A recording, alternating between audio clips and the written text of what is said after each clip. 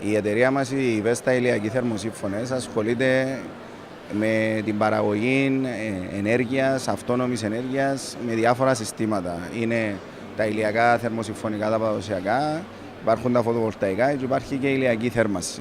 Σήμερα ένα σπίτι καινούριο μπορεί να παράξει σχεδόν 80% της ενέργειας που χρειάζεται σχεδόν αυτόνομα. Η έκθεση έχει πάρα πολύ ενδιαφέρον, έχει πολύ κόσμο ο οποίος ενδιαφέρεται ειδικά για τα φωτοβολταϊκά. Απλά οι καταναλωτές πρέπει να προσέξουν πάρα πολλά ποιες εταιρείες επιλέγουν να συνεργαστούν, γιατί ειδικά τα φωτοβολταϊκά είναι μια μακροπρόθεσμη επένδυση η οποία πρέπει πραγματικά να ξοδέψεις τα λεφτά σου και να τα πιάσεις τα 25 χρόνια.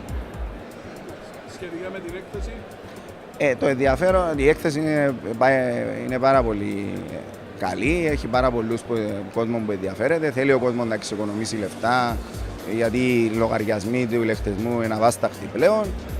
Νομίζω ότι άμα ο κόσμος επιλέξει καλούς συνεργάτες θα μπορέσει να κάνει τις αποσβέσεις που υπολογίζει. Από ό,τι ξέρω, η Vestas ήδη κάνει εξαγωγές, σας ενδιαφέρει να επεκταθείτε στο εξωτερικό. Πώς βλέπετε εσύ την προοπτική?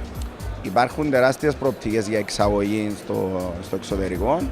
Απλά στο εξωτερικό έχεις μεγάλον ανταγωνισμό, έχεις μεγάλες εταιρείες να συναγωνιστείς.